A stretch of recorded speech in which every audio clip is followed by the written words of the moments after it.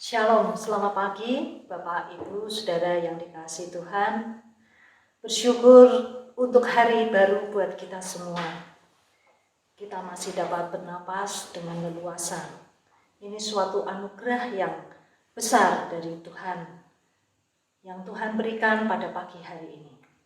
Oleh sebab itu, marilah kita datang bersama-sama pada Tuhan. Mari kita datang beribadah dan kita menyiapkan hati dan pikiran kita pada Tuhan. Kita akan mulai dengan bersaat teduh.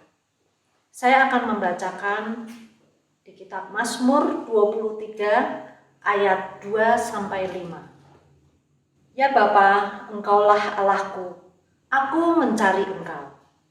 Jiwaku haus kepadamu, tubuhku rindu kepadamu. Seperti tanah yang kering dan tandus tiada berair. Demikianlah aku memandang kepadamu di tempat kudus, sambil melihat kekuatanmu dan memuliakanmu. Sebab kasih setiamu lebih baik daripada hidup. Bibirku akan memegahkan engkau. Demikianlah aku mau memuji engkau seumur hidupku dan menaikkan tanganku demi namamu. Amin. Ibadah ini dimulai dari nama Allah Bapa, Allah Putra, dan Allah Roh Kudus. Amin. Mari saudara, kita akan menghormati Allah kita. Kita bersama-sama menyanyi lagu Hormat bagi Allah.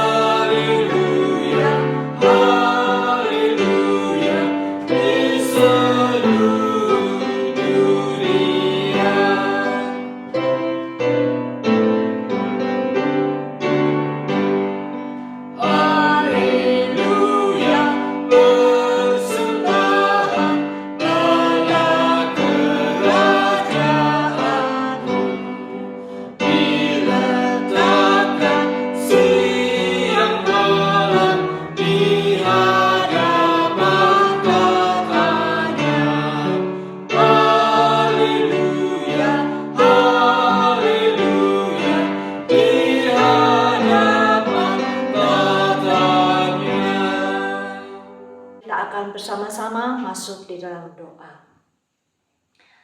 Bapa yang Maha Kasih, bersyukur untuk hari yang indah ini, hari baru buat kami. Tuhan, Engkau sudah menyertai dan memimpin hidup kami sampai pada saat ini. Kami berterima kasih ya Bapa untuk segala kasih-Mu, untuk segala pimpinan-Mu di dalam kehidupan kami. Tuhan, kami mau datang bersama-sama kepada Engkau. Layakanlah kami ya Bapa untuk bersama-sama mau menaikkan pujian bagi Engkau. Kami mau berdoa dan kami mau mendengarkan firman-Mu. Biarlah Roh Kudus-Mu akan memimpin ibadah ini. Biarlah kami boleh merasakan hadirat-Mu dan kami boleh mendapatkan berkat rohani. Engkau senantiasa memimpin iman kami ya Bapa, memberikan pertumbuhan bagi kami. Terima kasih ya Bapa, terpuji namamu. Kami menyerahkan doa ini di dalam nama Tuhan Yesus Kristus. Amin. Mari kita akan bersama-sama mengikrarkan pengakuan iman rasuli. Aku percaya kepada Allah, Bapa yang Maha Kuasa, Khalik langit dan bumi, dan kepada Yesus Kristus, Anaknya yang tunggal Tuhan kita, yang dikandung dari Roh Kudus, lahir dari anak darah Maria, yang menderita sengsara di bawah pemerintahan Pontius Pilatus, disalibkan, mati dan dikuburkan, turun ke dalam kerajaan maut. Pada hari yang ketiga, bangkit pula dari antara orang mati, naik ke surga, duduk di sebelah kanan Allah, Bapa yang Maha Kuasa, dan dari sana Ia akan datang untuk menghakimi orang yang hidup dan yang mati. Aku percaya kepada Roh Kudus, gereja yang kudus dan am, persekutuan orang kudus, pengampunan dosa, kebangkitan daging, dan hidup yang kekal. Amin. Kita akan menyanyikan lagu Hormat Diberi dan Berilah Hormat Padamu.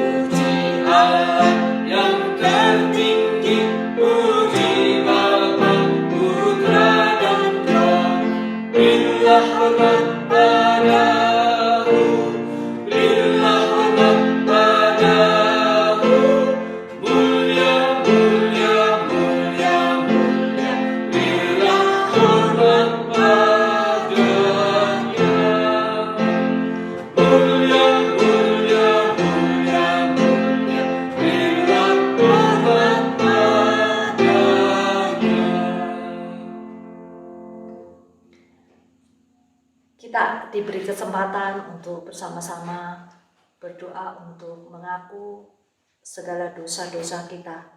Sebelumnya saya akan membaca ayat di dalam 1 Yohanes 1 ayat 8 dan 9. Demikian bunyi firman Tuhan 1 Yohanes 1 ayat 8 sampai 9. Jika kita berkata bahwa kita tidak berdosa, maka kita menipu diri kita sendiri, dan kebenaran tidak ada di dalam kita. Jika kita mengaku dosa kita, maka Ia adalah setia dan adil, sehingga Ia akan mengampuni segala dosa kita. dan menyucikan kita dari segala kejahatan. Marilah kita secara pribadi mengaku segala dosa-dosa kita.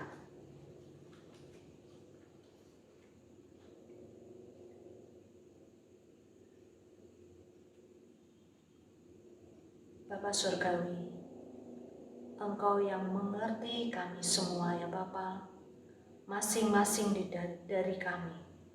Engkau yang mengetahui keadaan kami, apa yang kami pikirkan, apa yang kami ucapkan, apa yang kami lakukan, terlebih apa yang ada di dalam hati kami. Engkau tahu semuanya. Tuhan, seringkali kami tidak taat. Kami mungkin kurang peduli terhadap sesama. Kami seringkali ya Bapa mendukakan hati-Mu. Tuhan, ampunilah kami. Biarlah Engkau akan terus mendidik kami, menuntun kami ya Bapa, mengajar kepada kami ya Bapa. Tuhan, biarlah langkah-langkah kehidupan kami boleh makin hari makin berkenan di hadapan Engkau. Ampunilah segala dosa-dosa kami ya Bapa. Ampuni pelanggaran kami ya Bapa. Ampuni kalau kami ya Bapa seringkali berbuat yang tidak Engkau inginkan dalam kehidupan ini. Tuhan, kami mau ya Bapa mengikuti teladan-Mu. Engkau mau berkorban bagi kami semua ya Bapa. Kami belajar untuk dapat membagi kasih, menyediakan waktu bagi sesama kami ya Bapa. Terlebih kami dapat menyediakan waktu bagi Engkau. Terima kasih ya Bapa. Terpuji nama-Mu. Di dalam nama Tuhan Yesus kami sudah naikkan doa ini. Amin. Saudara, kita akan bersama-sama melihat membaca di dalam Mazmur 127 dua ayat. Mazmur 127 ayat pertama dan kedua. Kita boleh membaca bersama-sama di bawah perikop berkat Tuhan pangkal selamat. Nyanyian Siara Salomo. Jikalau bukan Tuhan yang membangun rumah, sia-sialah usaha orang yang membangunnya. Jikalau bukan Tuhan yang mengawal kota, sia-sialah pengawal berjaga-jaga. Sia-sialah kamu bangun pagi-pagi dan duduk-duduk sampai jauh malam, dan makan roti yang diperoleh dengan susah payah. Sebab ia memberikannya kepada yang dicintainya pada waktu tidur. Saya akan mengulang bagian terakhir. Sebab ia memberikannya kepada yang dicintainya pada waktu tidur. Marilah kita senantiasa menyerahkan pimpinan kita kepada Tuhan untuk segala sesuatu yang kita harapkan, untuk segala sesuatu yang kita angan-angankan, terutama untuk hal-hal yang akan kita kerjakan. Biarlah kita menyerahkan pada Tuhan, karena Tuhan akan memberikan kepada yang dicintainya. Kita akan menyanyi lagu di dalam PPK nomor 134, Tuhan memegang pimpinan.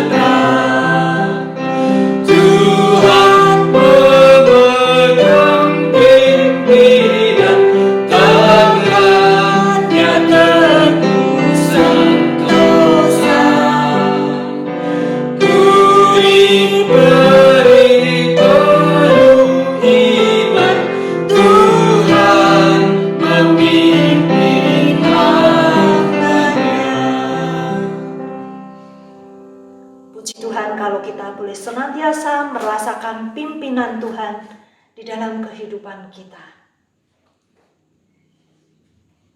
Kita akan bersama-sama masuk di dalam doa syafaat. Kita akan menaikkan 3 pokok doa syafaat. Yang pertama tentang usaha para dokter dan ilmuwan agar dapat menemukan obat COVID yang sekarang ini menjadi pandemi. Dan yang kedua, kita berdoa untuk para polisi dan TNI agar dapat menjaga keamanan. Yang ketiga, kita berdoa untuk jemaat kita yang kita kasihi yang sedang dalam kelemahan tubuh. Mari kita tunduk kepala, kita mau berdoa untuk 3 pokok doa ini. Bapa yang Maha Kasih, terima kasih ya Bapa, Engkau senantiasa memimpin kehidupan kami hari lepas hari. Kami sebagai anak-Mu membutuhkan Engkau. Kami sangat bergantung kepada Engkau. Kami juga berdoa ya Bapa untuk para dokter yang saat ini sedang bekerja keras, juga para ilmuwan yang berusaha menemukan obat yang menjadi pandemi di beberapa negara termasuk di Indonesia ini. Obat COVID-19 yang sangat dibutuhkan untuk kami semua ya Bapa, khususnya para pasien. Kami berdoa ya Bapa, biarlah Engkau memberikan kepandaian, Engkau memberikan hikmat bagi para dokter dan ilmuwan ya Bapa. Biarlah Engkau menuntun mereka agar mereka menemukan formula yang tepat untuk dapat dipakai untuk mengobati para pasien COVID-19. Juga kami berdoa agar dapat ditemukan juga suplemen ataupun vaksin untuk menangkal atau menjaga supaya tidak tertular ya Bapa.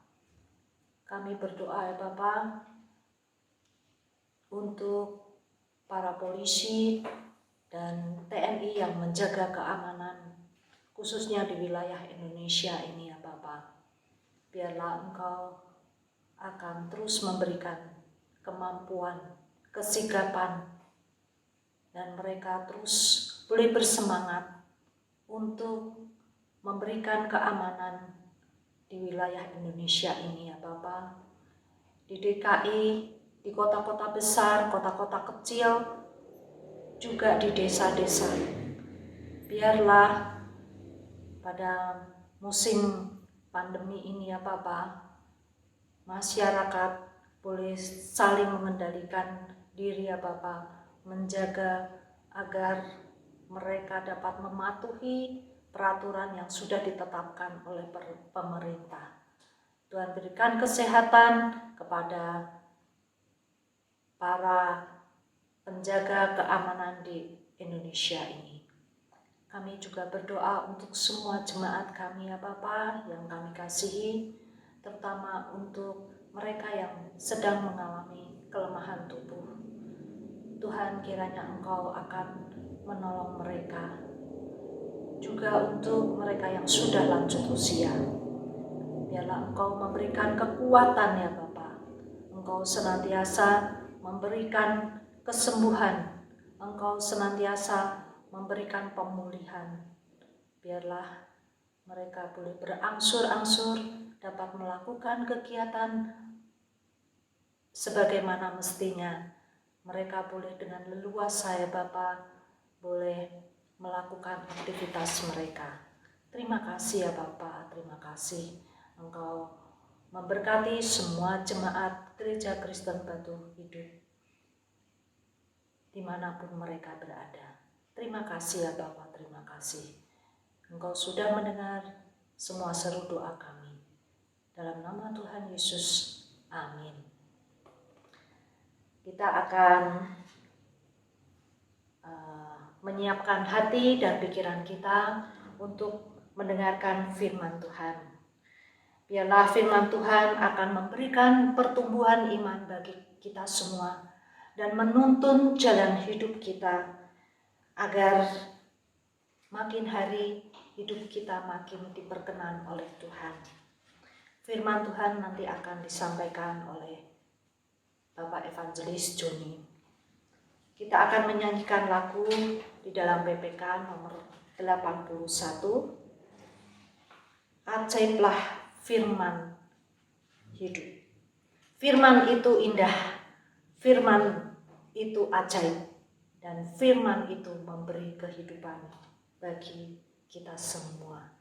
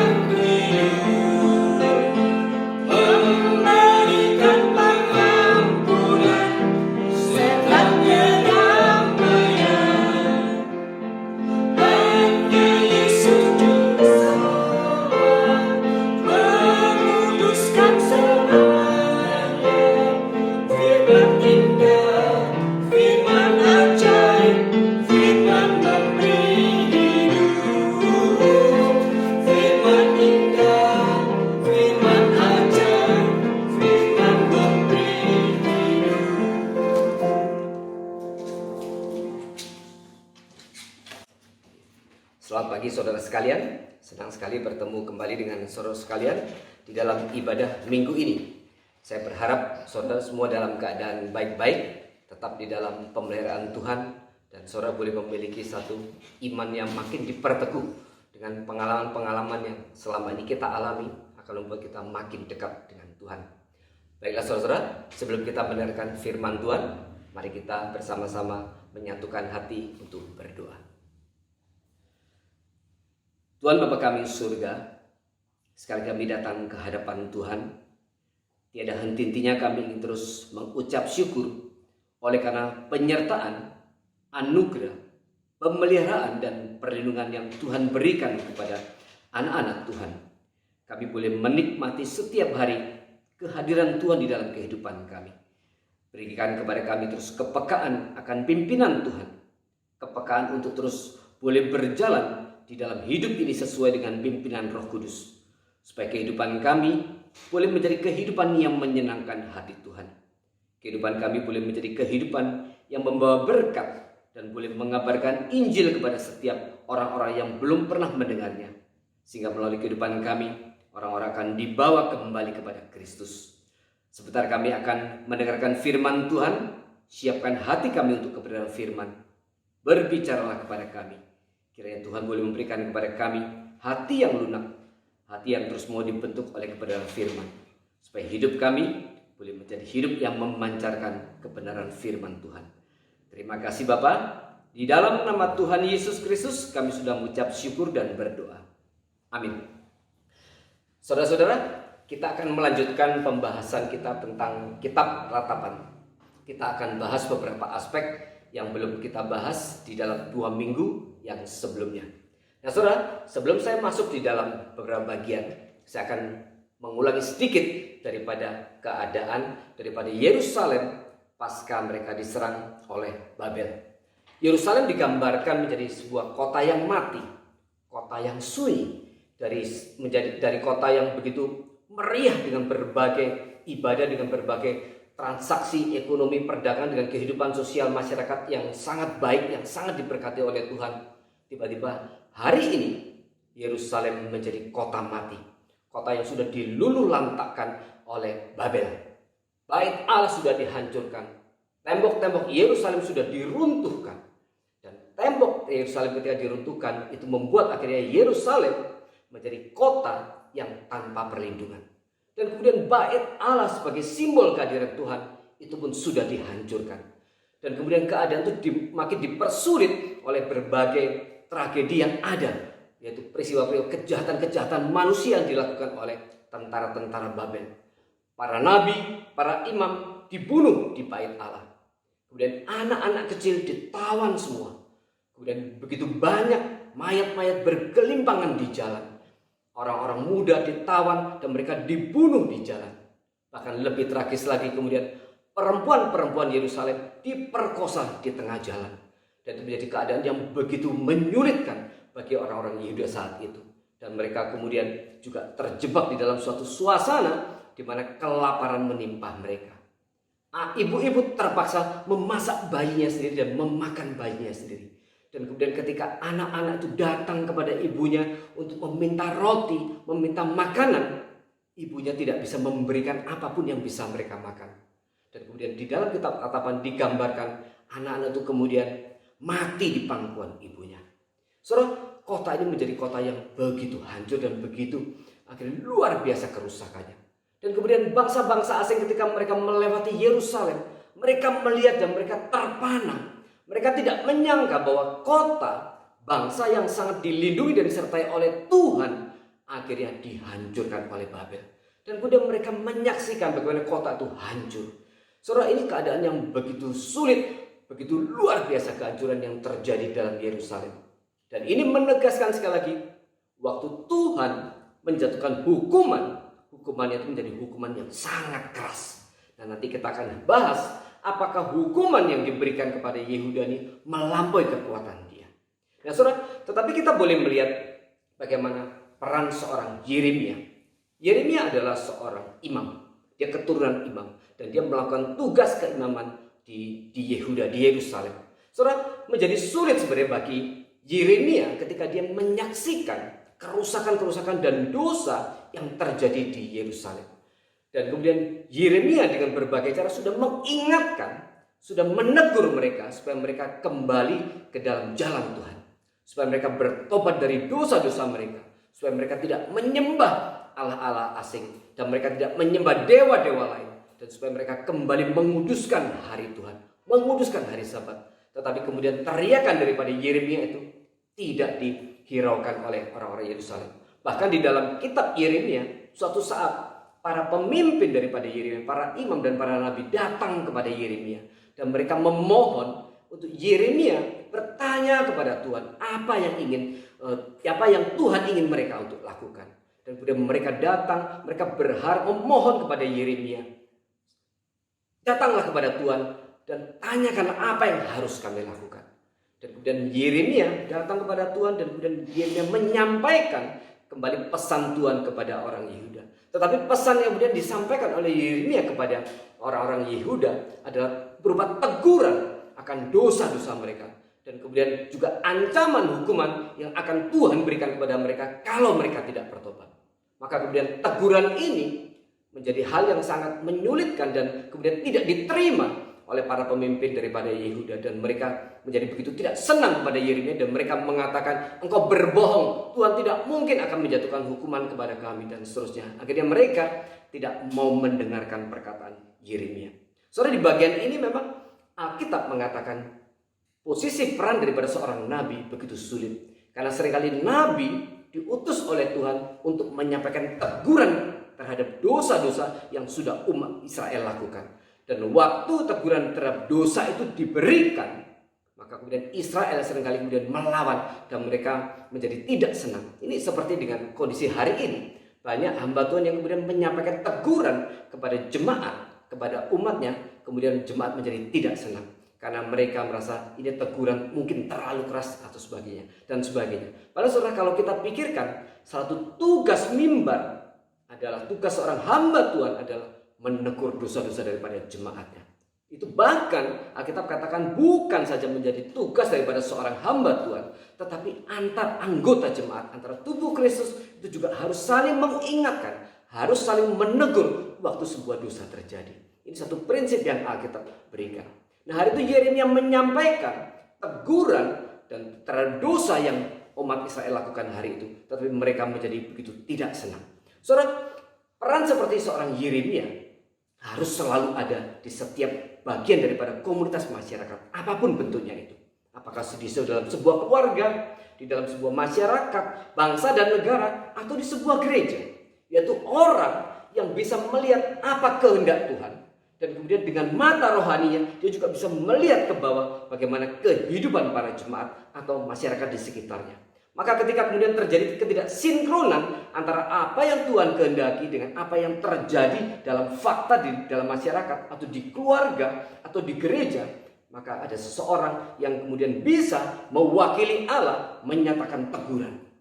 Dan di dalam keluarga ini menjadi peran yang sangat penting sekali, khususnya bagi seorang papa, seorang bapak. Dia menjadi imam di dalam keluarga, dia menjadi pengarah dan pemimpin rohani dalam keluarganya. Maka dia wajib mengingatkan keluarganya dan membawa keluarganya di dalam satu relasi dan keadaan rohani yang baik. Demikian juga seorang tokoh-tokoh daripada masyarakat atau tokoh bangsa, dia harus memiliki kepekaan terhadap kesalahan yang terjadi dalam masyarakat atau bangsa dan negaranya. Dan ini kalau kita di dalam konteks politik, itu disebut sebagai orang negarawan. Seorang negarawan, seorang yang sangat peka untuk melihat bagaimana masyarakat dan bangsa dan negaranya dan pemerintahan apakah tetap berjalan dalam relnya atau sudah terjadi pelanggaran. Maka kemudian seorang negarawan atau seorang bapak bangsa kemudian mengingatkan kembali bangsa dan pemerintahannya untuk kembali kepada jalan yang benar. Sayangnya di Indonesia sendiri negarawan begitu sedikit.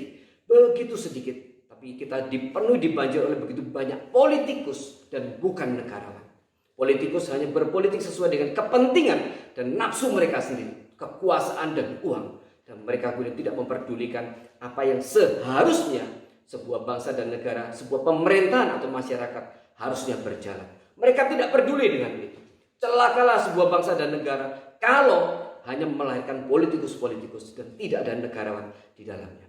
Nah, saudara, peran itu yang dimainkan oleh Yeremia. Dia melihat bagaimana Israel, Yehuda saat itu melakukan begitu banyak dosa. Dan itu begitu menyedihkan hati dia. Begitu membuat hatinya tertusuk. Apalagi udah waktu dia menyaksikan bahkan rekan-rekannya sendiri, yaitu para imam dan para nabi kemudian memimpin Israel melakukan berbagai dosa. So, di dalam kitab Ratapan dicatat bagaimana imam-imam dan para nabi itu kemudian melakukan dosa. Mari kita lihat, saudara, di bagian kitab dari Ratapan, sebentar ya, para imam. Saudara, nanti kita lihat ya. Coba saya lihat dulu catatannya. Nah, saudara, intinya adalah waktu Yeremia melihat bagaimana para imam itu juga melakukan dosa, dia begitu sedih. Tetapi waktu dia menyampaikan teguran kepada para imam itu, akhirnya mereka sendiri tidak mau menerima apa yang disampaikan oleh Yeremia. Nah, saudara, mari kita lihat coba Ratapan 4 ayat 13. Di Ratapan 4 ayat 13. Ratapan 4:13, saya akan bacakan buat saudara sekalian. Hal itu terjadi oleh sebab dosa nabi-nabinya dan kedurjangan imam-imamnya yang di tengah-tengahnya mencurahkan darah orang yang tidak bersalah. Sekali lagi, hal itu terjadi oleh sebab dosa nabi-nabinya dan kedurjanaan imam-imamnya yang di tengah-tengahnya mencurahkan darah orang yang tidak bersalah. Jadi betapa kita bisa membayangkan betapa sulit posisi Yeremia saat itu. Di satu sisi dia adalah seorang imam. Dia melihat bagaimana rekan-rekan pelayanannya itu para imam dan para nabi kemudian juga melakukan berbagai dosa. Dan kemudian Yeremia menyampaikan teguran kepada mereka. Dan kemudian kita tahu Yeremia kemudian ditolak oleh mereka. Ini menjadi suatu suara yang menjadi sulit. Yaitu bagaimana kita melihat juga di dalam perjanjian lama ketika seorang nabi juga menyampaikan teguran. Dia menjadi orang yang begitu dibenci. Tapi kemudian ternyata apa yang dilakukan oleh Yeremia akhirnya membawa berkat bagi bangsa Israel. Nah saudara, Yeremia menjadi perantara. Satu sisi dia menyampaikan teguran Tuhan kepada umat Israel. Nanti di saat akhir di dalam ratapan 5 kita lihat akhirnya Yeremia menegur dan mengingatkan bangsa Yehuda. Dan kemudian akhirnya mereka bersama-sama menyampaikan satu ratapan bersama-sama. Dan kemudian Yeremia menegur dan membawa akhirnya Israel kepada satu pertobatan. Saudara, ini peran yang penting sekali. Dan ini peran yang harus juga ada di semua gereja, di setiap gereja. Yaitu seorang hamba Tuhan yang begitu peka terhadap apa yang diinginkan oleh Tuhan. Dan kemudian hamba Tuhan itu juga memiliki satu penglihatan rohani terhadap kehidupan daripada umatnya, jemaatnya. Ketika kemudian ada dosa yang terjadi dalamnya, maka hamba Tuhan yang bersangkutan harus menegur berdasarkan kebenaran firman, berdasarkan cinta kasih yang sudah Tuhan berikan. Dan teguran itu menjadi teguran yang harus sangat diperhatikan oleh jemaatnya. Karena itu salah satu fungsi daripada mimbar. Selain mempertumbuhkan jemaat, memberikan pelayanan-pelayanan firman, seorang hamba Tuhan juga harus melakukan teguran terhadap dosa-dosa yang dilakukan oleh jemaatnya. Dan jemaat harusnya bersukacita ketika di gereja dia dihadirkan seorang seperti ini, yaitu orang yang memiliki kepekaan terhadap apa yang Tuhan kehendaki. Dan kemudian dia dengan setia mengabarkan berita firman. Bahkan ketika keberadaan dirinya seringkali akhirnya harus ditolak atau kemudian disalah mengerti oleh jemaat atau kemudian bahkan kemudian dibenci oleh jemaat.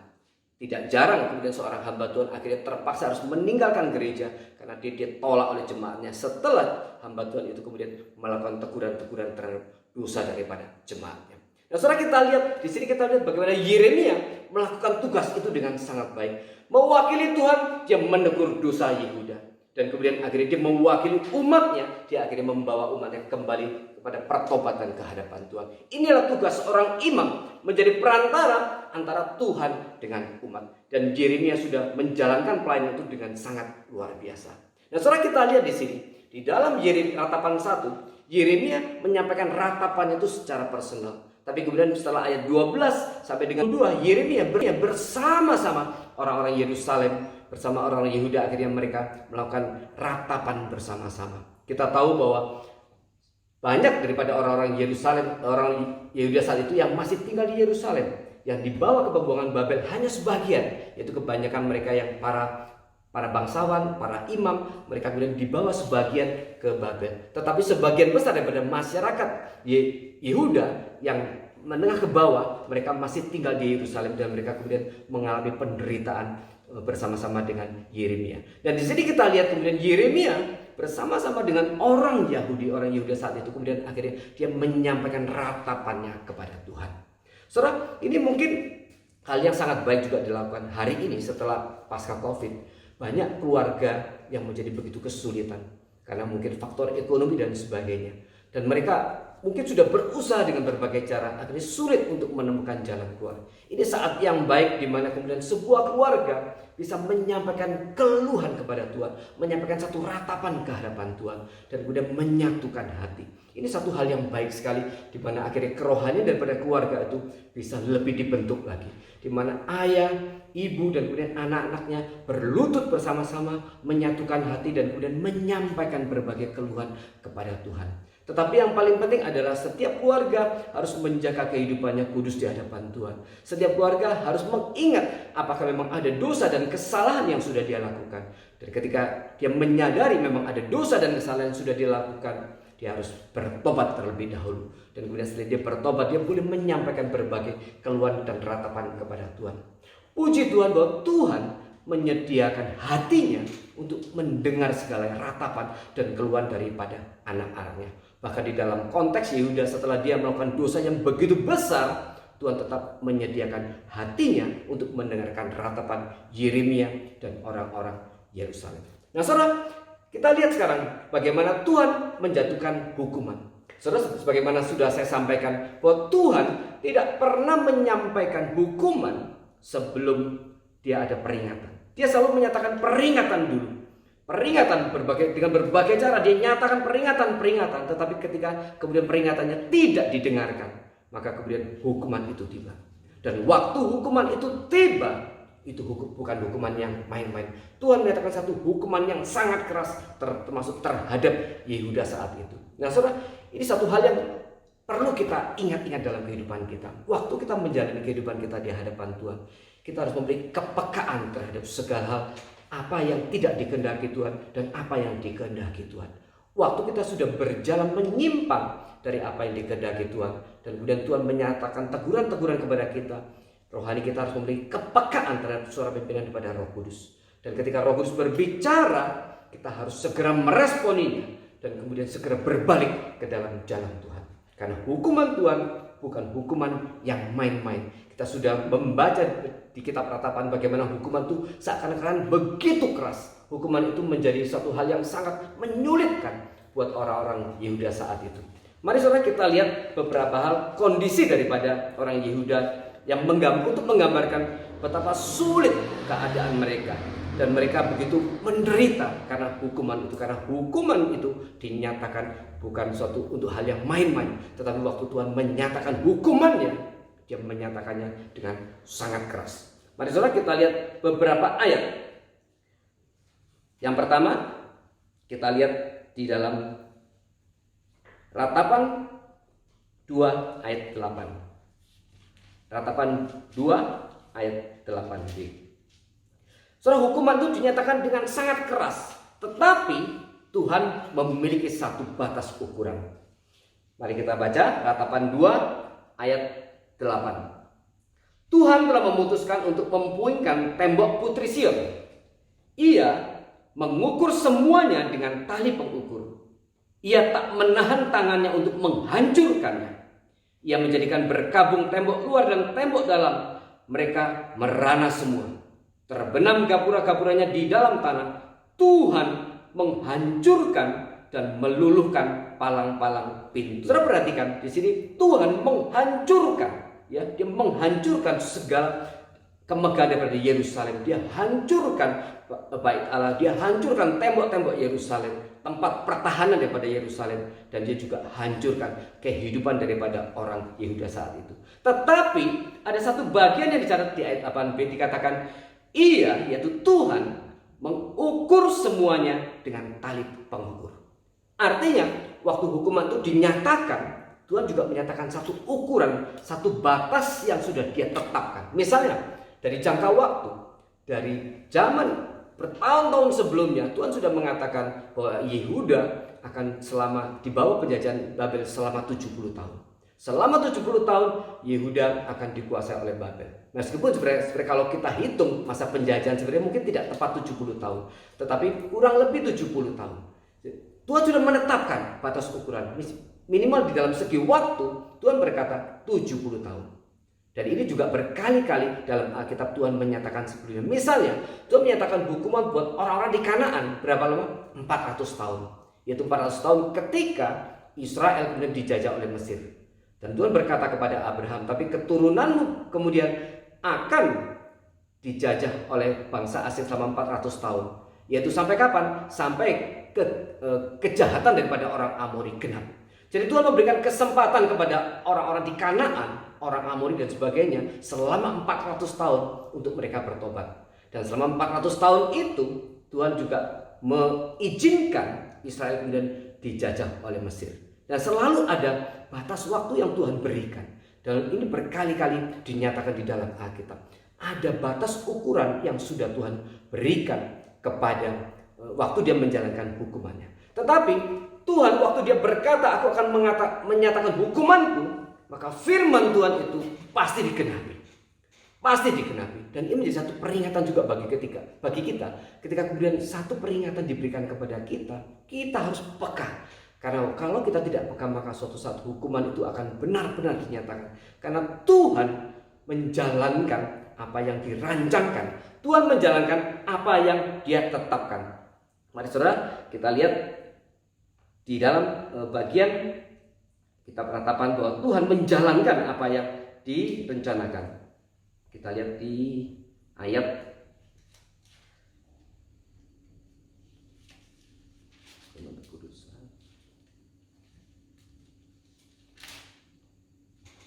sebentar saudara, kita cari ya, saya cari dulu.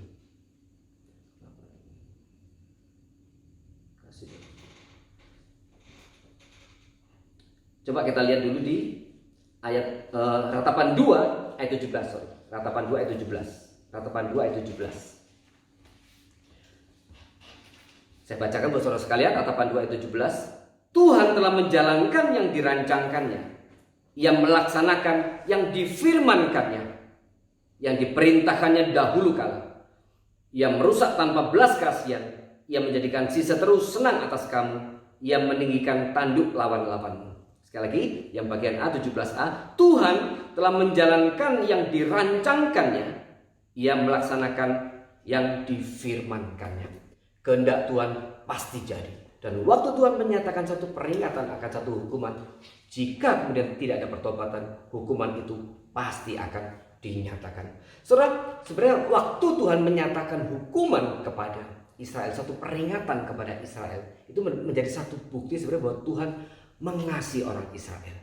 Tuhan mengasihi orang Israel, dan karena Dia begitu mengasihi, sehingga kemudian ketika hukuman itu belum dinyatakan, Dia sudah memberikan peringatan. Bahkan peringatan itu dikatakan berkali-kali dinyatakan. Peringatan itu dengan berbagai cara dinyatakan. Tetapi Israel tidak pernah menanggapinya dengan sangat serius. Sampai kemudian ketika hukuman itu akhirnya tiba.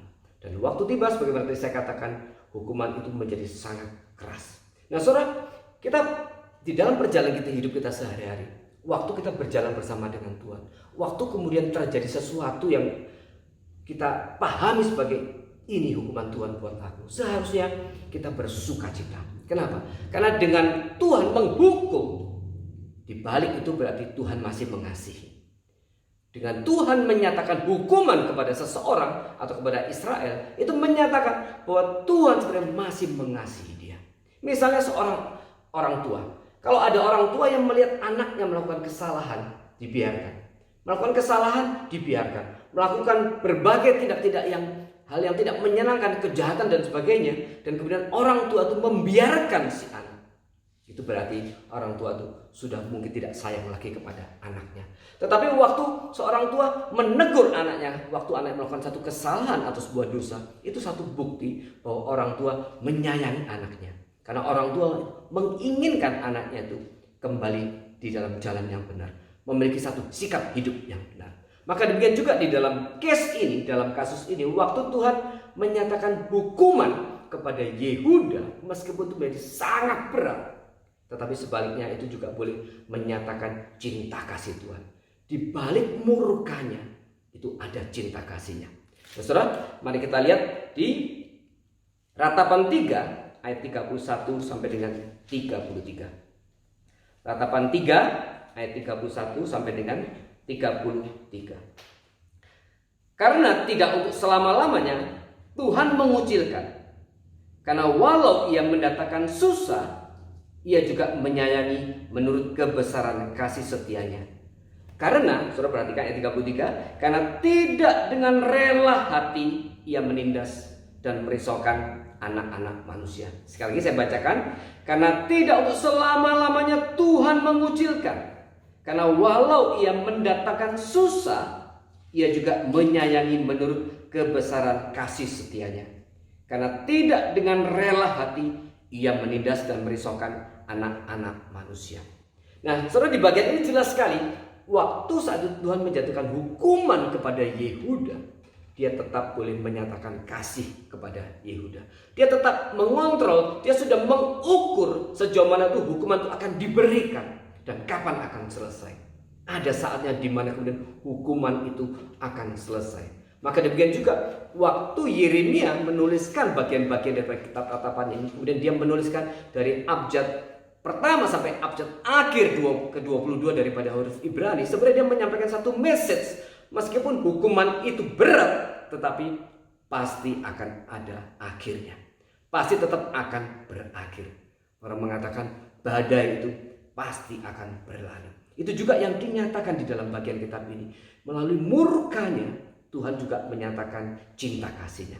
Prinsip ini saudara terus berada dalam Alkitab. Misalnya di dalam kisah salib, di dalam Golgota.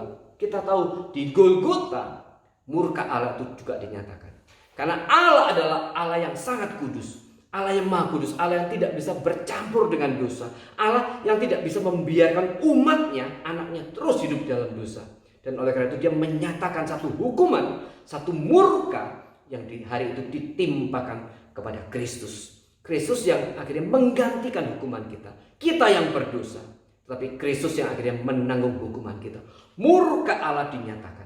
Dan waktu murka Allah dinyatakan, itu menyatakan keadilan Allah. Yaitu keadilan bahwa yang berdosa harus dihukum. Dan karena begitu bencinya Allah dengan dosa, maka tidak ada hukuman yang lain yang lebih berat daripada hukuman mati. Dan oleh karena alasan itu kemudian Yesus mati di atas kayu salib. Di situ murka Allah dinyatakan. Dan Yesus yang menanggung seluruh murka Allah. Dan waktu itu, waktu murka itu dinyatakan, itu juga menyatakan satu keadilan Allah, yaitu tuntutan terhadap sifat Allah yang adalah kudus. Dia tidak bisa mentoleransi dosa yang sekecil apapun. Dan semua masalah dosa itu akhirnya sudah ditanggung dan sudah diselesaikan Kristus di atas kayu salib. Tetapi di balik murka, di balik keadilan Allah, akhirnya kisah Golgota menjadi kisah di mana kasih Allah itu dinyatakan. Kepada siapa? Kepada kita semua. Kepada saya dan kepada saudara-saudara sekalian. Karena kitalah yang berdosa.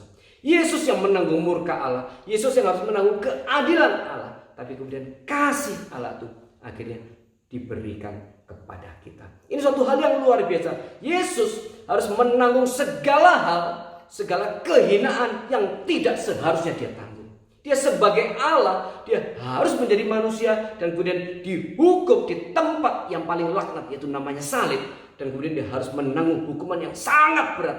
Dihina, diolok-olok, diludahi, ditampar, dibunuh oleh manusia yang berdosa. Dan kemudian anugerah dan cinta kasih Allah yang terbaik akhirnya diberikan kepada kita. Ini suatu hal yang begitu kontras. Yesus yang tidak seharusnya menerima segala kehinaan, akhirnya menerima segala kehinaan. Sementara kita yang tidak layak, yang penuh dengan dosa, yang tidak seharusnya menerima cinta kasih Allah, akhirnya justru kita menerima kasih Allah. Seharusnya yang benar adalah kita yang disalibkan karena kita yang berdosa. Tetapi Yesus sudah menggantikan kita. Itulah cinta kasih Allah. Maka kalau kita kemudian melihat seluruh kisah daripada Golgota, kita simpulkan hanya di dalam satu kata. Golgota adalah kasih. Nah saudara, inilah juga yang prinsipnya dinyatakan di dalam kitab Ratapan.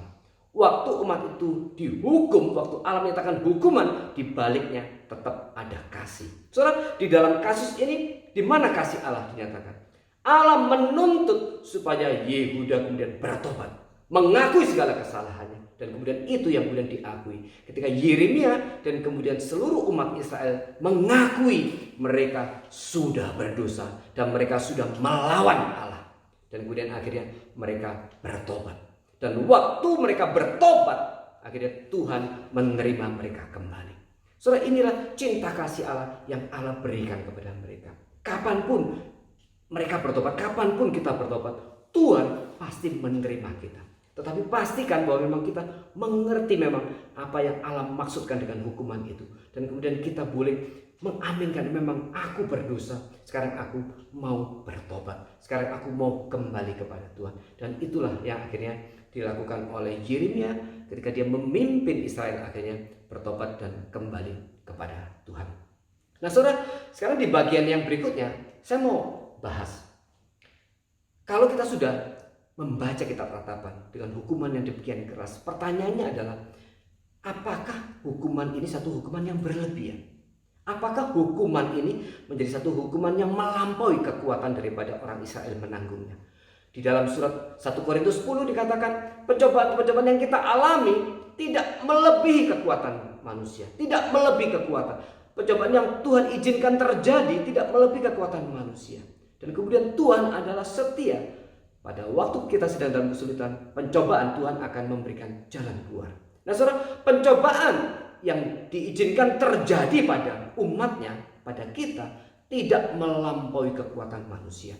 Saudara, kalau kemudian dikatakan ibu harus makan anaknya sendiri, dan kemudian anak-anak kecil juga akhirnya ditawan, jenazah-jenazah akhirnya mereka dibanting di jalan-jalan Yerusalem, kemudian perempuan-perempuan Yerusalem diperkosa di tengah jalan. Apakah hukuman itu melampaui kekuatan Yehuda? Apakah ini kemudian dua bagian ini bertentangan? Di perjanjian baru dikatakan bahwa hukuman itu tidak melampaui kekuatan manusia. Tetapi waktu kita melihat kitab Ratapan, hukumannya sepertinya terlalu berat. Apakah hukuman ini kemudian melampaui kekuatan daripada Yehuda untuk menanggungnya? Saudara, kita tahu bahwa pada akhirnya Yehuda sadar ini karena dosa dia. Bahkan dikatakan di Ratapan 2, dosa mereka lebih besar daripada dosa Sodom. Dosa mereka lebih besar daripada dosa Sodom. Kenapa? Karena waktu Sodom itu dihukum oleh Tuhan, dan itu dalam satu peristiwa sekaligus. Tetapi dalam kisah Yerusalem ini, Allah sudah memberikan peringatan berkali-kali, mereka tetap tidak bertobat. Di dalam kisah Sodom, Tuhan menempatkan Lot di situ dan keluarganya untuk menjadi garam dan terang bagi orang-orang Sodom. Dan kemudian Lot mungkin berusaha menyampaikan pesan pertobatan itu, tapi mereka kemudian tidak hiraukan. Tetapi dalam kasus Yerusalem, berkali-kali Allah sudah mengirimkan pesan peringatan kepada Yerusalem untuk bertobat, tapi mereka tidak bertobat, sehingga kemudian hukuman yang diberikan kepada Yerusalem satu lebih besar daripada Sodom dan Gomora. Sodom dan Gomora dihancurkan hanya sesaat dengan api yang dari surga langsung hancur. Tetapi Yerusalem harus 70 tahun mengalami penderitaan yang begitu sulit karena mereka memang dosanya lebih besar daripada Sodom. Berkali-kali diingatkan, mereka tidak bertobat. Nah saudara, apakah hukuman ini melampaui kekuatannya? Saudara, pada akhirnya kita lihat orang Yehuda dan juga Yeremia mengakui mereka sudah berdosa. Dan dosa mereka begitu besar. Akhirnya mereka bisa memahami kenapa hukuman itu dinyatakan Allah kepada mereka. Akhirnya mereka bisa menerima bahwa memang hukuman itu pantas buat mereka, bahwa hukuman itu memang layak buat mereka. Dan akhirnya kemudian mereka bertobat dan kembali kepada Allah. Jadi memang Allah di sini memberikan hukuman, dan hukuman itu tidak melampaui kekuatan daripada Israel saat itu. Karena pada akhirnya Israel bertobat dan kemudian dia kembali kepada Allah dan dia menyadari dosanya. Saudara, pada akhirnya melalui murka Allah itu, akhirnya tujuan Allah akhirnya tercapai. Di dalam case ini adalah pertobatan daripada Yehuda. Saudara, pencobaan yang diizinkan Allah terjadi pada kita tidak akan pernah melebihi kekuatan kita. Tapi yang paling penting kita memiliki kepekaan waktu hukuman itu dinyatakan dan bagaimana kita harus meresponinya. Yang lebih celaka adalah ketika hukuman itu dinyatakan, kita tidak merasa bahwa itu ada satu hukuman dan kita tidak mau mengakui dosa-dosa kita. Kita tidak mau lagi melihat hidup kita, tidak mau mengoreksi hidup kita, dan kita terus hidup di dalam dosa. Dan pada akhirnya hukuman itu makin besar dan makin besar. Saudara, hukuman terbesar yang Allah berikan kepada anaknya, kepada umat percaya, sebenarnya bukan bersifat fisik, tetapi yaitu ketika kemudian Allah membiarkan. Hukuman Allah terbesar bagi orang tidak percaya adalah neraka.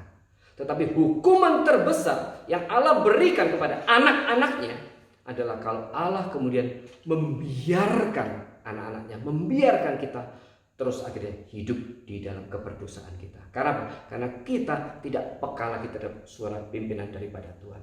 Dan ini yang sering terjadi dalam kehidupan orang-orang Kristen. Ketika kemudian Allah membiarkan.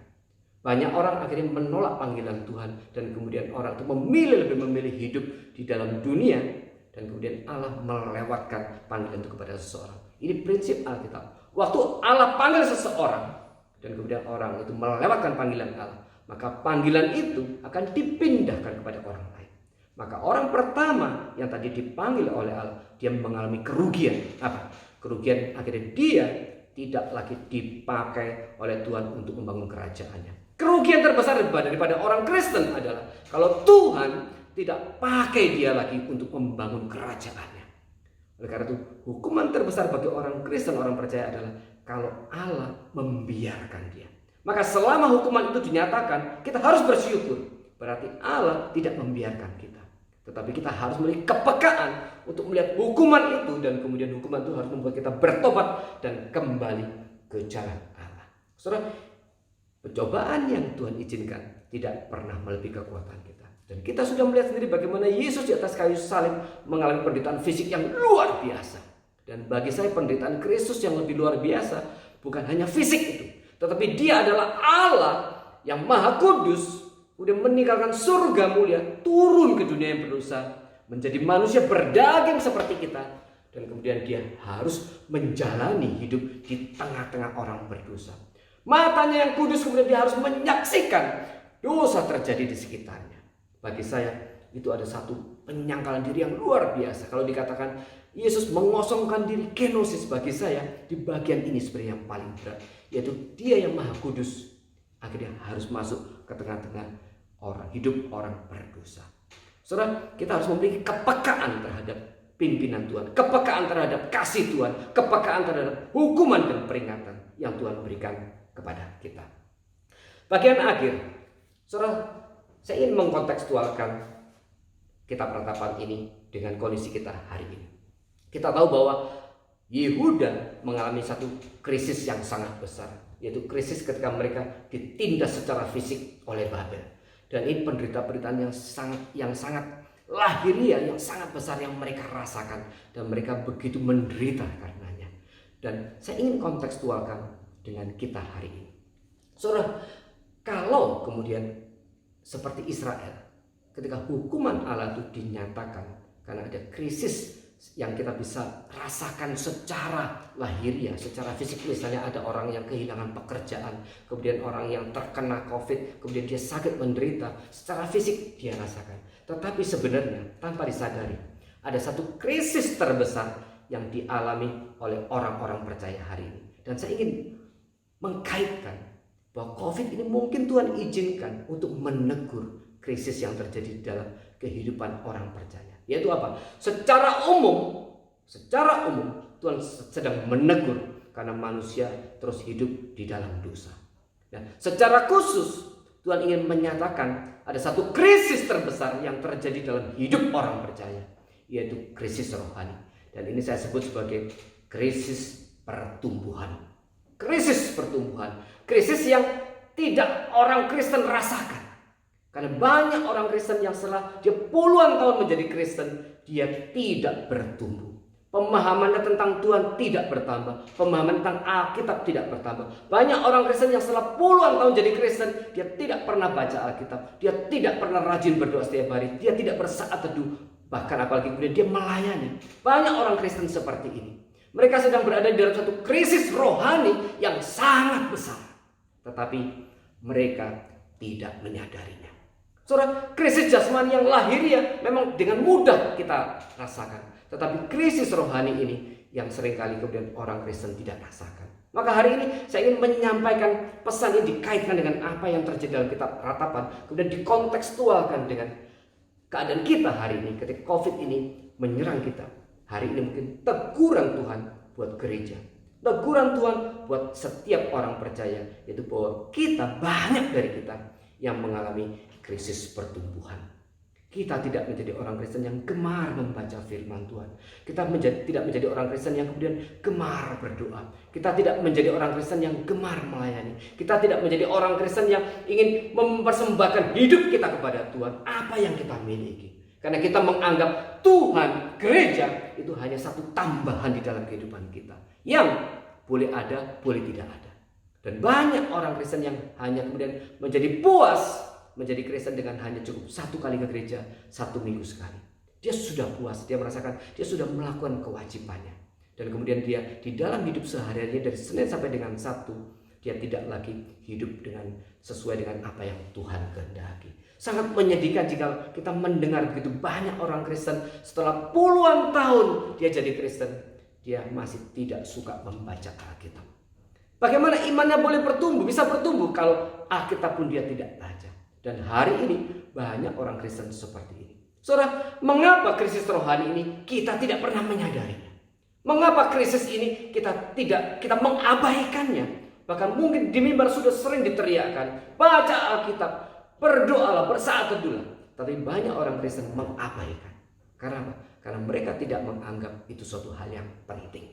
Ini krisis terbesar di dalam kehidupan umat percaya. Jadi hari ini kalau kemudian akhirnya banyak orang Kristen tidak bisa ke gereja, dan kemudian akhirnya dalam kutip dipaksa oleh Tuhan menikmati satu ibadat dalam rumahnya, dalam keluarganya. Ini mungkin satu saat di mana kita harus mengkoreksi lagi kehidupan kita di hadapan Tuhan. Setiap keluarga sebagai satu unit yang terkecil. Ini kalau kembali kepada Alkitab, ini seperti kita kembali kepada zaman di awal dalam perjanjian lama. Itu Tuhan memakai keluarga untuk membangun kerajaannya. Tuhan memakai keluarga Adam dan Hawa. Tuhan memakai keluarga Nuh, keluarga Abraham, Ishak dan Yakub, sampai kemudian Yakub kemudian akhirnya menjadi sebuah bangsa. Tetapi sebelum Israel 12 suku, Tuhan memakai keluarga sebagai alat yang dipakai oleh Tuhan untuk menegakkan kerajaannya. Hari ini mungkin Tuhan kembali ingin memakai keluarga untuk kembali kita membangun iman kita, untuk kembali keluarga mengkoreksi kehidupan kita. Dan itu artinya kita harus memiliki suatu pengenalan yang makin dekat, yang makin benar terhadap Tuhan. Hari ini banyak orang yang hanya mengenal Tuhan setengah daripada karakter Tuhan. Yaitu hanya mengenal Tuhan, hanya ingin kebaikan-kebaikannya saja. Tuhan tidak ingin mengenal sifat Tuhan yang lain, yaitu bahwa Tuhan itu adalah Tuhan yang murka, Tuhan yang memberikan hukuman kepada anaknya waktu dia tidak taat. Saudara, kita seringkali akhirnya menjadi orang yang juga secara salah mewartakan berita tentang karakter Tuhan, tentang atribut Tuhan kepada seseorang yang lainnya. Misalnya sederhana, waktu kita membagikan WA kita kepada orang-orang lain di grup lain, kita selalu memberikan ayat-ayat yang indah, ayat-ayat yang enak didengar, ayat-ayat yang memberikan sejuk di hati ya. Tuhan mengasihimu, Tuhan memberikan damai sejahtera kepadamu, Tuhan melindungimu, Tuhan memeliharamu. Dan kita jarang memberikan ayat-ayat yang menegur dosa, ayat-ayat yang menyatakan bahwa Tuhan tidak bisa mentolerir dosa. Kita jarang sekali memberikan ayat-ayat yang menjadi satu teguran kepada seseorang untuk hidup kembali ke dalam jalan Tuhan. Karena apa? Karena kita lebih peduli supaya orang yang kita tuju itu lebih senang hatinya. Dan kita kemudian tidak berusaha untuk lebih menyenangkan hati Tuhan. Kalau kita berpikir untuk lebih menyenangkan hati Tuhan, maka kita boleh memperkenalkan Tuhan secara utuh kepada setiap orang yang lain. Nah, termasuk kepada anak-anak kita. Kalau kita hanya memperkenalkan setengah sifat daripada karakter Tuhan, yaitu yang kasih, yang memberkati, yang memberi damai sejahtera, semua sifat-sifat yang menyenangkan kita, maka jangan salah suatu saat ketika anak kita kemudian mengalami satu hal yang sulit, dia akan berontak kepada Tuhan. Karena dia hanya tahu konsep Tuhan itu baik. Dia percaya bahwa Tuhan itu kasih. Tuhan tidak mungkin memberikan yang buruk kepada kita. Sementara di dalam kitab Ratapan dikatakan Tuhan juga memberikan yang baik dan yang buruk. Dari mulut Tuhan keluar apa yang baik dan juga apa yang buruk. Mari kita baca ayatnya. Ratapan 3 ayat 38. Ratapan 3:38 saya bacakan. Bukankah dari mulut yang maha tinggi keluar apa yang buruk dan apa yang baik? Saudara, Tuhan yang kita percaya, Tuhan yang sudah menyelamatkan kita, Tuhan yang mengasihi kita, tetapi Tuhan yang sama juga Tuhan yang bisa memberikan satu hukuman yang sangat keras kepada kita kalau kita terus hidup di dalam dosa. Tuhan yang juga bisa mengeluarkan dalam kita apa yang buruk. Ayub berkata kepada istrinya, waktu istrinya berkata, kutukilah Allahmu. Kemudian Ayub menegur istrinya dengan berkata, apakah engkau hanya menerima yang baik dari Tuhan dan tidak mau menerima yang buruk dari Tuhan? Ayub mengimani Tuhan pun bisa memberikan yang buruk kepada dia. Saudara, mari kita kemudian memperkenalkan Allah seutuhnya di dalam diri kita juga kepada setiap orang yang lainnya. Supaya dengan demikian orang juga memiliki satu pengenalan yang utuh tentang siapakah Tuhan. Tuhan yang mengasihi, Tuhan yang memberi damai sejahtera, Tuhan yang memberkati, sekaligus Tuhan yang membenci dosa. Tuhan yang boleh menyatakan hukuman, dan waktu hukuman itu dinyatakan, hukuman itu bisa sangat keras. Bahkan mungkin beberapa orang akan menganggap ini hukuman yang sudah melampaui, melebihi kekuatan seorang manusia untuk menanggungnya. Tapi Alkitab katakan hukuman itu tidak pernah melampaui kekuatan kita. Saudara, mari kita kembali kepada pengenalan yang benar. Itu pun menjadi satu bagian daripada krisis rohani kita. Krisis rohani kita karena kita tidak memiliki pengenalan yang lengkap dan yang benar tentang Tuhan. Kita sendiri kehilangan pengenalan terhadap firman Tuhan. Kita kehilangan kecintaan terhadap firman Tuhan. Saudara, hari ini saya ingin menyampaikan kepada saudara-saudara sekalian. Kita semua, banyak dari kita mengalami krisis rohani. Krisis pertumbuhan. Karena kita setelah sekian lama menjadi orang Kristen, kita tidak pernah bertumbuh. Kiranya peristiwa hari ini di mana akhirnya semua keluarga dipaksa dalam kutip untuk kembali merekatkan diri, menyatukan hati dan kemudian menekuk lutut di hadapan Tuhan bersama-sama. Ada satu koreksi lagi di hadapan kita. Ke dalam diri kita menyadari keberdosaan kita. Kita menyadari kemalasan kita. Kita menyadari bahwa kita begitu banyak mengabaikan perintah-perintah Tuhan seperti yang sudah dinyatakan di dalam Alkitab. Kita mau hidup dengan cara kita sendiri. Kita mau hidup dengan kesukaan kita sendiri. Dan kita tidak mau hidup dengan hal-hal dengan cara yang menyenangkan hati Tuhan. Saudara, bertobatlah. Mari kita bersama-sama merenungkan sekali lagi cinta kasih Tuhan dalam hidup kita. Mari kita terus mengupayakan bahwa di dalam pimpinan Roh Kudus kita terus menjadi orang Kristen yang bertumbuh di hadapan Tuhan. Supaya kita bisa melampaui dan melewati krisis rohani yang saya tidak tahu mungkin saudara sudah berapa lama saudara alami. Karena saudara tidak pernah bertumbuh di hadapan Tuhan. Kiranya Tuhan memberkati kita semua. Mari kita berdoa. Tuhan, terima kasih Bapak untuk bagian Alkitab di mana boleh menyatakan satu teguran kembali kepada kami. Ampuni kami jikalau selama ini kami menjadi orang anak-anak Tuhan yang tidak peka terhadap peringatan Tuhan. Kami tidak peka terhadap hukuman yang Tuhan berikan kepada kami semua. Sehingga kami kemudian tidak bertobat dan tidak kembali ke dalam jalan Tuhan. Kami mengucap syukur jikalau hukuman itu tetap Tuhan nyatakan kepada kami. Karena itu boleh menegaskan sekali lagi bahwa Tuhan masih mengasihi kami. Kiranya Roh Kudus memberikan kepekaan kepada kami untuk menyadarinya. Bukan saja peringatan-peringatan yang Tuhan berikan, bukan saja menuntun pertobatan, tetapi juga Roh Kudus memimpin kami untuk berespon secara benar terhadap setiap kehendak Tuhan. Ampuni kami jikalau selama ini kami menjadi orang Kristen yang tidak pernah bertumbuh. Kami mengalami satu krisis rohani yang kami sendiri tidak sadari. Kiranya firman pada kali ini menyadarkan sekali lagi, kami ingin bangkit di hadapan Tuhan, kami ingin menjadi anak-anak Tuhan yang menyenangkan hati Tuhan, yang mentaati firman Tuhan, yang mencintai firman, dan kemudian kami boleh membentuk kehidupan kami terus di atas lutut yang ditekuk dan menyatakan doa kepada Tuhan. Supaya kami tiap hari boleh dipimpin makin dekat kepada Tuhan. Kami boleh menjadi anak Tuhan yang makin mencintai Tuhan, makin memuliakan Tuhan. Terima kasih Bapak. Dalam nama Tuhan Yesus Kristus kami sudah mengucap syukur dan berdoa. Amin. Mari saudara kita persiapkan untuk persembahan kita. Kita akan angkat pujian Yesus Sahabat Sejati. Nomor rekening persembahan sudah diberikan, saudara bisa lihat di layar. Yesus Sahabat Sejati.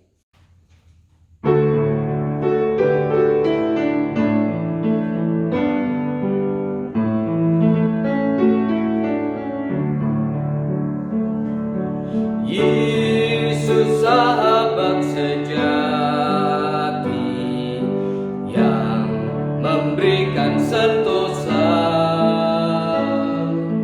tiap hal boleh kubawa dalam doa padanya. Bila hatiku gelisah,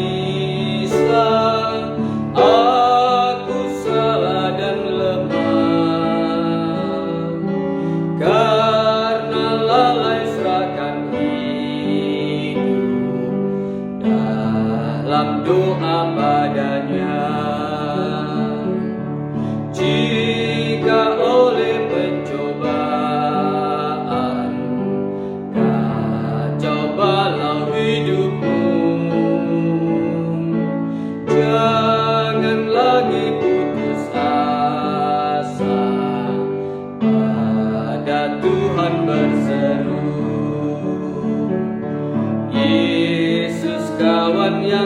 setia, tidak ada taranya.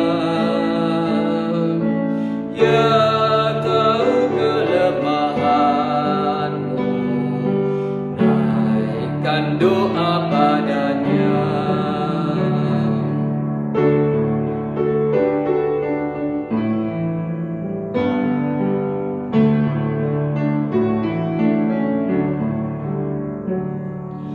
Adakah hatimu susah, berbeban serta lelah? Yesuslah pelindung kita, naikkan doa padanya. Walau andai tak setia, Yesus kawan yang bakal.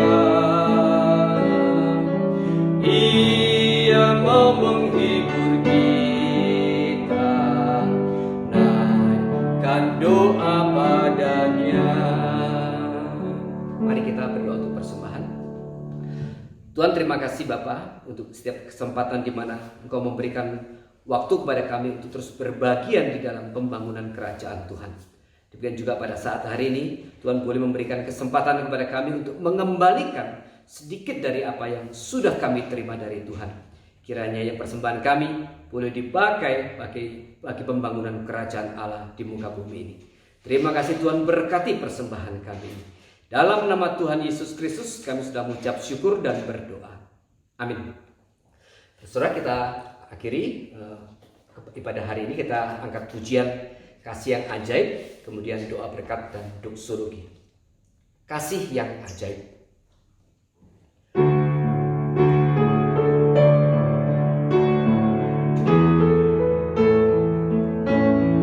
Kasih yang ajaib, kasih dari Golgota.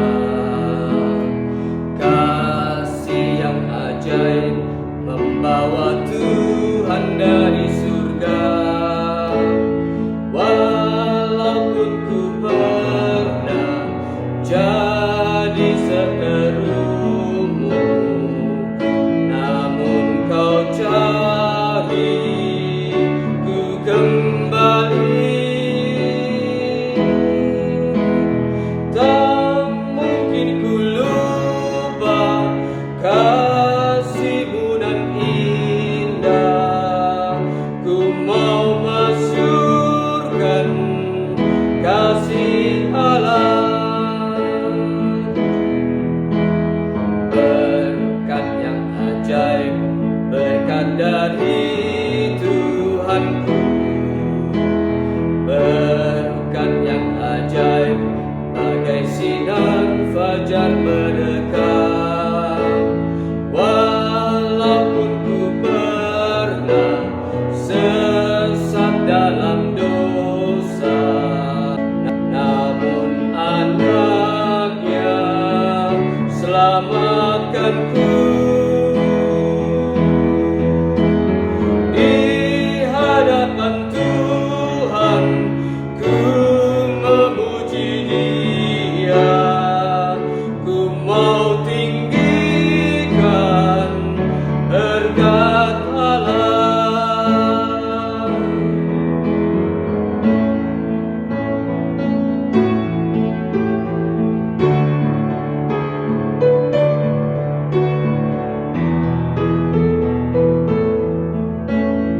Terang Injilnya, terang yang sesungguhnya. Terang Injilnya yang memberi hikmat kekuatan. Walau dalam gelap, yang memberi terang, yang memberi terang, terang salibnya. Ku mau serahkan hidup untuk memuliakannya, menuntun mereka kepadanya. Tak mungkin ku lupa. Tak mungkin ku lupa kasih-Mu nan indah. Ku mau masyurkan kasih Allah. Doa berkat. Kiranya berkat, damai sejahtera dan anugerah yang dari Allah Bapa, cinta kasih yang kekal yang sudah diberikan oleh anaknya yaitu Yesus Kristus, satu-satunya Tuhan dan Juru Selamat kita, yang sudah mati di atas kayu salib menggantikan hukuman kita, menebus dosa kita, dan melunasi semua hutang-hutang kita. Kasih dari Allah Roh Kudus, penghiburan, kekuatan hari ini, berkat dari Allah Tritunggal diberikan kepada kita, dicurahkan buat kita, dan akan menyertai kita sampai kita bertemu dengan Allah muka dengan muka. Doksologi.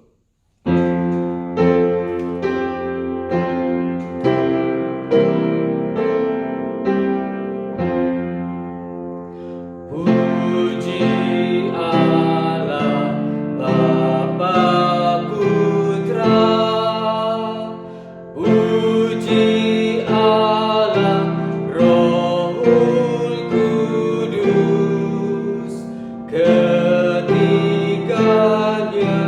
yang esa.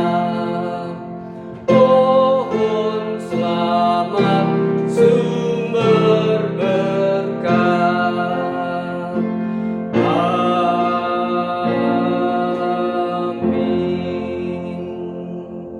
Tuhan memberkati saudara-saudara sekalian. Sampai bertemu minggu depan.